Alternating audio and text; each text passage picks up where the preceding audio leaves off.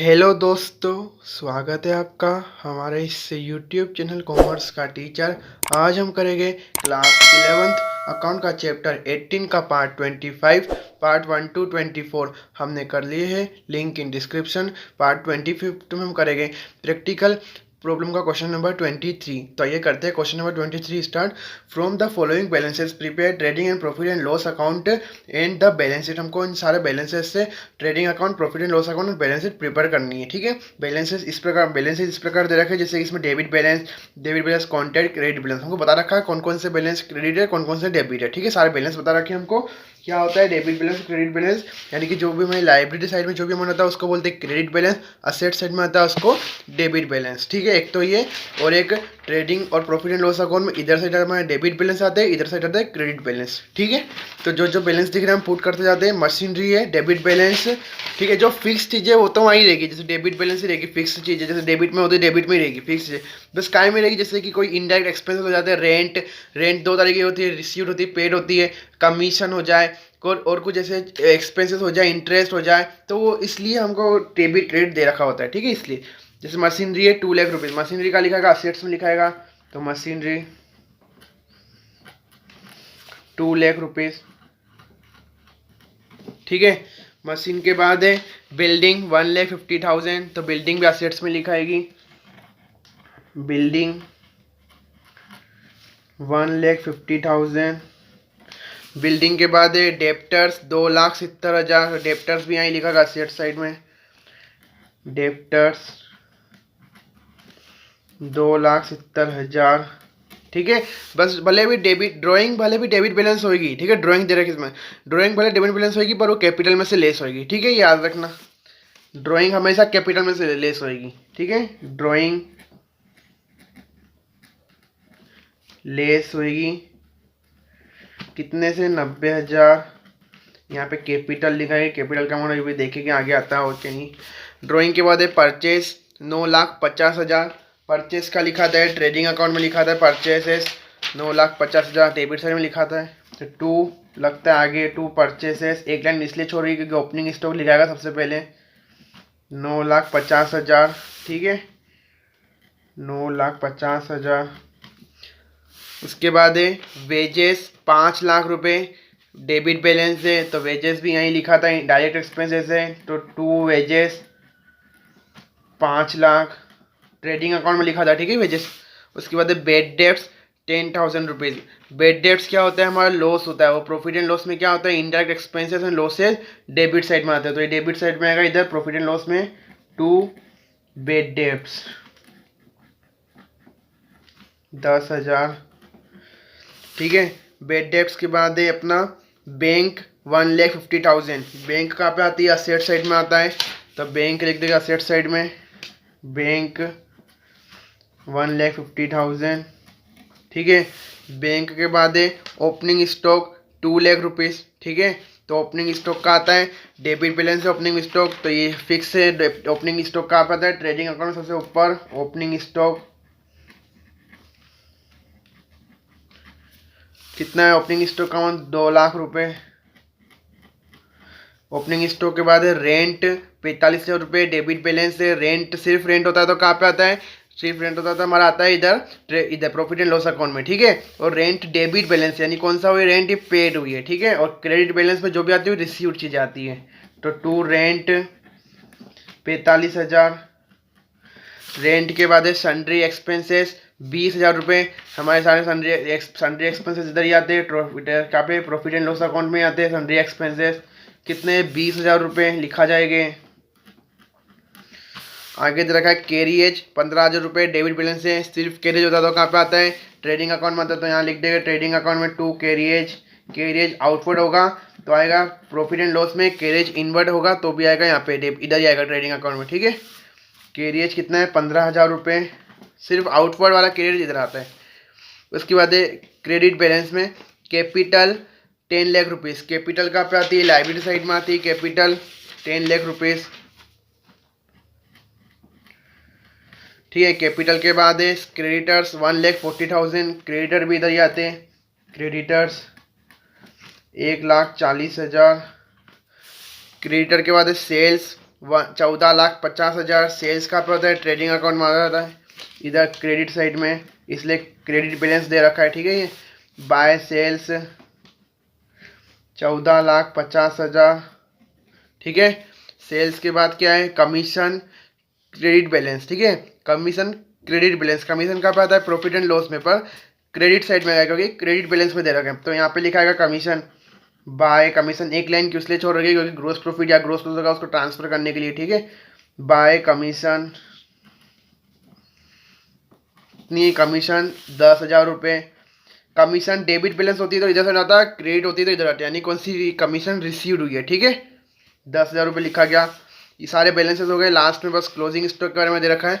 Closing stock was of ₹70,000 but its net realisable value was estimated at 60,000। Closing stock हमारा 70,000 है, पर उसकी मतलब यानी कि नेट रिलीजेबल वैल्यू यानी कि उसकी मार्केट वैल्यू है 60,000 रुपये। ठीक है, ये लाइन याद रख लो, यानी कि जैसा आ जाए closing stock was ₹70,000 but it net realisable value was estimated at ₹60,000। ठीक है, अब ये आ गया, ये लाइन आ जाए तो क्या करना है, हमको कुछ नहीं देखना है, हमको जो छोटा अमाउंट है वो क्लोजिंग स्टॉक मान लेना है। ठीक है, जो छोटी वैल्यू है इन दोनों में से उनको हमको मान लेना है क्लोजिंग स्टॉक। ठीक है, तो छोटी वैल्यू कौन सी इसमें 60,000 है, तो ये हमारा क्लोजिंग स्टॉक हो गया। बात यही खत्म, और कुछ देखना ही नहीं हमको, जो छोटी वैल्यू है उसको देखना है। ठीक है, ये भले 70 हो, इसका कुछ 70 हो 80 हो कुछ भी हो, भले यहाँ पे 50 हो या 40 हो, तो उस 40 को मानना है हमको क्लोजिंग स्टॉक। ठीक है, तो क्लोजिंग स्टॉक 60 मानेगा कहाँ पे आता है, दो जगह आता है, ट्रेडिंग अकाउंट में आता है। तो ट्रेडिंग अकाउंट में सबसे पहले लिख देते हैं बाय क्लोजिंग स्टॉक 60,000 रुपये। ठीक है, उसके बाद एक आता है असेट साइड में क्लोजिंग स्टॉक 60,000 रुपये। ठीक है, ये हो गया, दोनों जगह एक अमाउंट लिखा था, इधर भी 60 उधर भी 60 ही लिखा है। ठीक है, जिसका केस आएगा तो जो छोटी वैल्यू है उसको हमको कंसीडर करना है क्लोजिंग स्टॉक के लिए। ठीक है, ये सब हो गया। अब क्या करेंगे, अब निकालेंगे बैलेंसिंग फिगर यानी कि net gross profit gross loss क्या निकलता है देखते हैं। ठीक है, सबसे पहले करते हैं क्रेडिट साइड की टोटल 14,50,000 और 60,000 कितने हो जाएंगे, 15,10,000। ठीक है, 15,10,000 हो गए।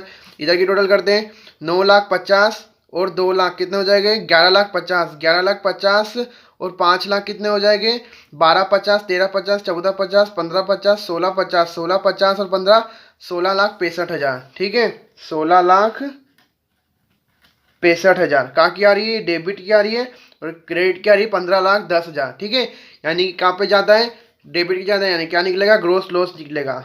ठीक है, तो बाय ग्रोस लॉस, ठीक है, कैरिड डाउन कितना निकलेगा, 16,65,000 में से माइनस 15,10,000, माइनस करते 1 में से 1 गए, 6 में से 5 गए तो कितने बचे 1, 6 में से 1 गए तो कितने बचे 5 5 5, ऐसे कैसा 1,55,000 आया। ठीक है, ग्रोस लॉस आया कितना, 1,55,000 हमारा आया ग्रोस लॉस। ठीक है, अब टोटल कर देते इधर की,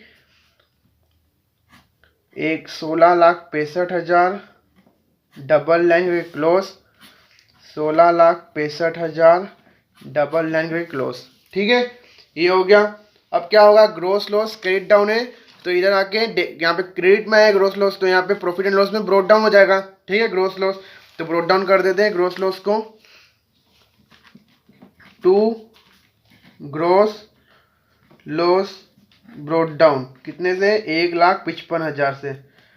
अब क्या होगा, अब यहाँ पे निकलेगा हमारा नेट लॉस, यहाँ पे नेट लॉस निकलेगा क्योंकि ग्रोस लॉस है 90% चांसेस है नेट लॉस निकलेगा। ठीक है, क्योंकि लग ही रहा है 10,000 इधर ज़्यादा है, तो नेट लॉस निकालते हैं। इधर 2 लाइन खाली रख गई है, ठीक है, छूट गई है, मतलब यानी कि हम मैंने सोचा ग्रोस प्रॉफिट आएगा तो उसके लिए एक लाइन तो इधर छोड़ दी, पर नेट लॉस के लिए सोचा था। ठीक है, अब 1,55 10 कितने हो जाएंगे, 1,65 और 20 कितने हो जाएंगे, 185 185 और 5 90 190 2,30,000 2,30,000 में 10 जाएंगे तो कितने बचेंगे, 2,20,000। तो बाय नेट लॉस आ गया हमारा 2,20,000।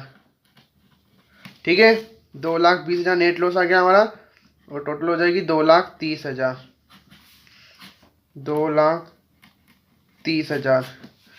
ठीक है, ये हो गया हमारा trading and profit and loss account complete. ये हो गए दोनों अकाउंट तो कंप्लीट। अब क्या होगा, नेट लॉस का क्या इफेक्ट होता है, बैलेंस शीट में माइनस का इफेक्ट होता है नेट लॉस का, तो माइनस कर देंगे कैपिटल में से, ठीक है, लेस नेट लॉस कितना 2,20,000। तो 10 लाख में से 10 लाख में से कितने जाएंगे, 2,20,000 और 90 कितने होता है, 3,10,000।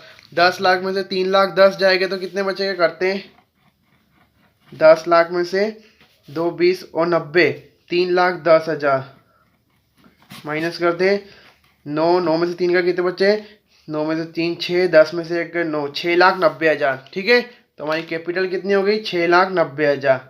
अब टोटल करते दोनों साइड, इधर की पे करते लाइबिलिटी की, फिर करेंगे असेट्स की। ठीक है, 6,90,000 और 1,40,000 कितने हो जाएंगे, 7,90,000 हो जाएंगे। 7,90,000 में 40 कितने हो जाएंगे, 8,30,000। ठीक है, ये कहाँ क्या रही है, कैपिटल प्लस लाइबिलिटी 8,30,000, यानी कि लाइफ इसमें कैपिटल भी होती है ना। ठीक है, कैपिटल प्लस लाइबिलिटी कितनी हो रही है, 8,30,000। अब करते हैं असेट साइड की। असेट्स की करते हैं, असेट्स में कितनी है, इधर 2 लाख और 2 लाख और 1.5 लाख कितने हो जाएंगे, 3.5 लाख। 3.5 लाख और 1.5 लाख कितने हो जाएंगे, 3.5 लाख और 1.5 लाख हो जाएंगे 5 लाख। 5 लाख और 2,70 कितने हो जाएंगे, 7,70,000। 7,70,000 में 60,000 कितने हो जाएंगे, 7,70,000 में 30,000 8,30,000, यानी कि सही है हमारा क्वेश्चन। ठीक है, 8,30,000। आगे ये दोनों साइड की टोटल सेम। ठीक है, ये हो गया हमारा पूरा क्वेश्चन कंप्लीट, क्वेश्चन नंबर 23। और आप इसका स्क्रीनशॉट ले लेना, मैं अभी रख दूंगा पूरे क्वेश्चन का और सॉल्यूशन का। ठीक है,